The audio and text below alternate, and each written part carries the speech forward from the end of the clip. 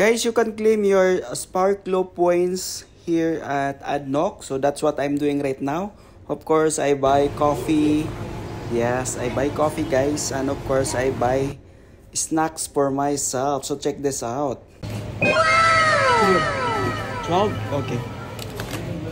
At this one. This one also? Yeah. Same, na? This one? It's 13 points.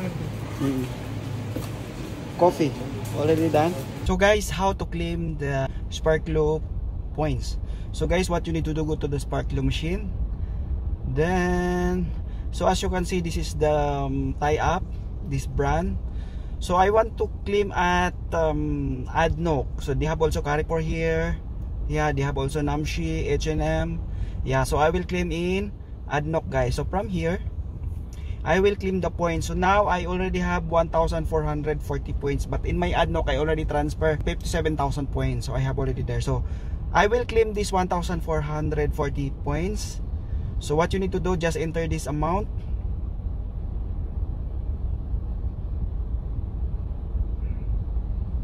So 1,440, I will get 7,200 points, okay, to AdNoc.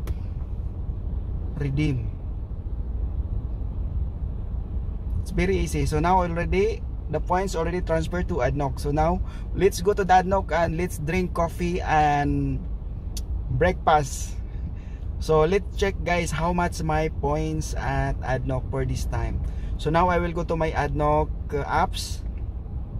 So I will check my points. Now I have 64,848 points.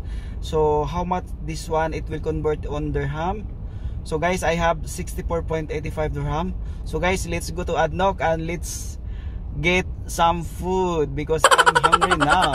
Guys, that's why I'm keeping the plastic bottle and put in the Sparklo machine so that, you know, I earn points and it will convert it to cash.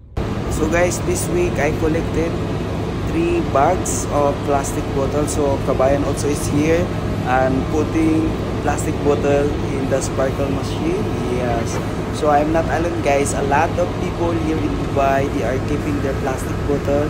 So when it will be full, then they will drop here at the Sparklo machine. Yes.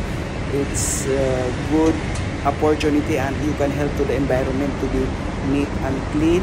At the same time, you earn points by keeping the plastic bottle and drop to the Sparklo machine. Thank you for watching. Have a nice day.